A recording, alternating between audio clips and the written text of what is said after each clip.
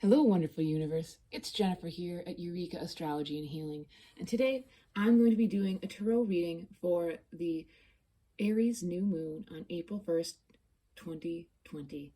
And it's a wonderful spread. I pulled these cards, I sat and meditated and tried to channel the energy for the new moon of Aries. And so I feel like this can be applicable to the day for everyone because I channeled for the collective, but also for the month of April because that new moon starts the energy for till Aries ends, so till the next new moon. So for a full month, go with that energy. And the first card I pulled was Via, as you can see right here. And this card represents the energy that we're focusing in on or that we need to work with directly. And so it's shape shifting. And right now, we're all being called to shape shift, to be flexible, to be malleable, to learn how to use the many masks we have to get through the world and maybe even add some new ones.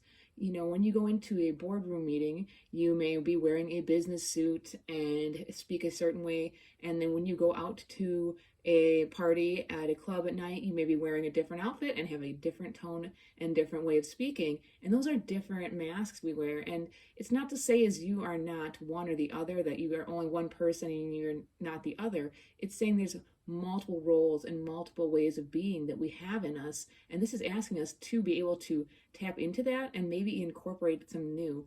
Because the next card that I pulled, which is the energy that's underneath the situation or causing the situation, is growth. We are being asked to grow. And it might be a challenge. It might be exciting. This is a very Aries energy. Aries brings in spring, but it also likes growth. It brings growth. It wants change. And so we're being called to change and grow into something bigger, something more fulfilling for ourselves.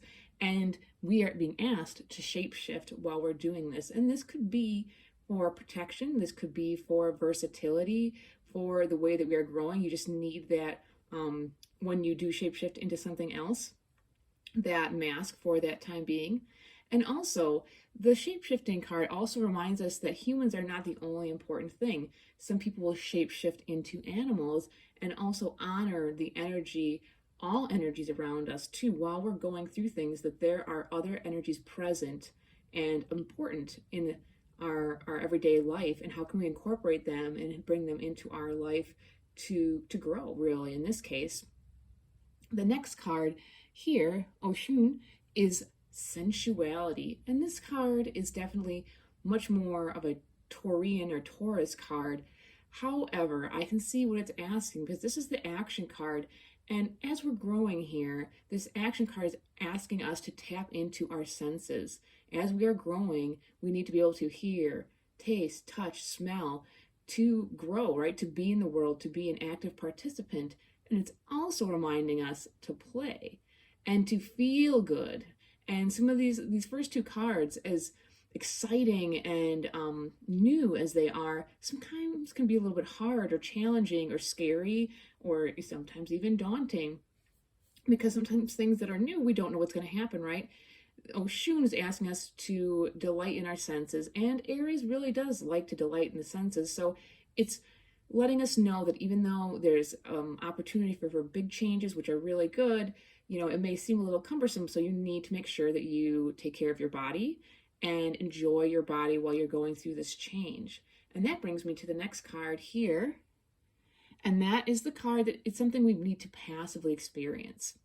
And it's the Sphinx, and it's known as the challenge card, which again, so we've talked about the growth and the shape-shifting, all things that may have a little bit of challenge, especially like when you think about with the growing part, some people resist it. Again, like we said, because it's scary. And that might be part of the challenge. That may be the passive part of the challenge, to say, I see this, I honor this, I let this go. But on a deeper level with the Sphinx, it's asking us, how do you deal with challenge? Do you step up to the plate and knock it out of the park and go, I'm going to do this, I'm not afraid? That's a very healthy Aries attitude.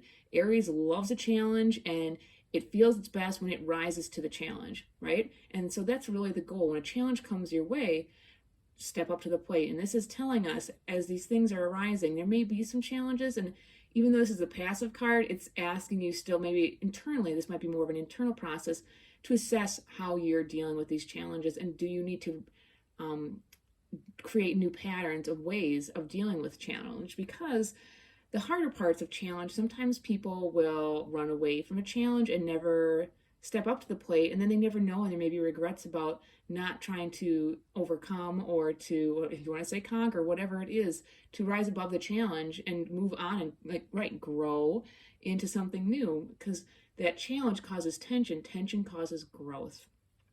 And so that's one of the ways that is, it's more of a shadow of the challenge. And so if an Aries, especially if you're an Aries, Aries moon, Aries rising, does say they run away from that challenge, that sign especially really feels deflated and can get depressed, because that's part of what makes them feel good. And so in this season and in this spirit, this is something for us all to know that challenges are coming, but they are good. They're here for our growth.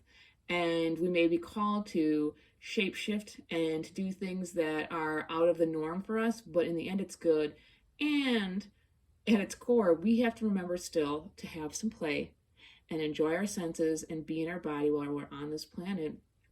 And whatever the new thing is for you, it's going to be beautiful and it's going to be wonderful. And this is my reading for the Aries new moon. I hope you enjoyed this short little video. I know I did. If you like what I do, check out my services at EurekaAstrologyandHealing.com, where I do offer tarot readings, astrology readings. I also do wellness consults with herbs as well. So if you like this video, hit like or subscribe and leave a comment down below. Thank you so much.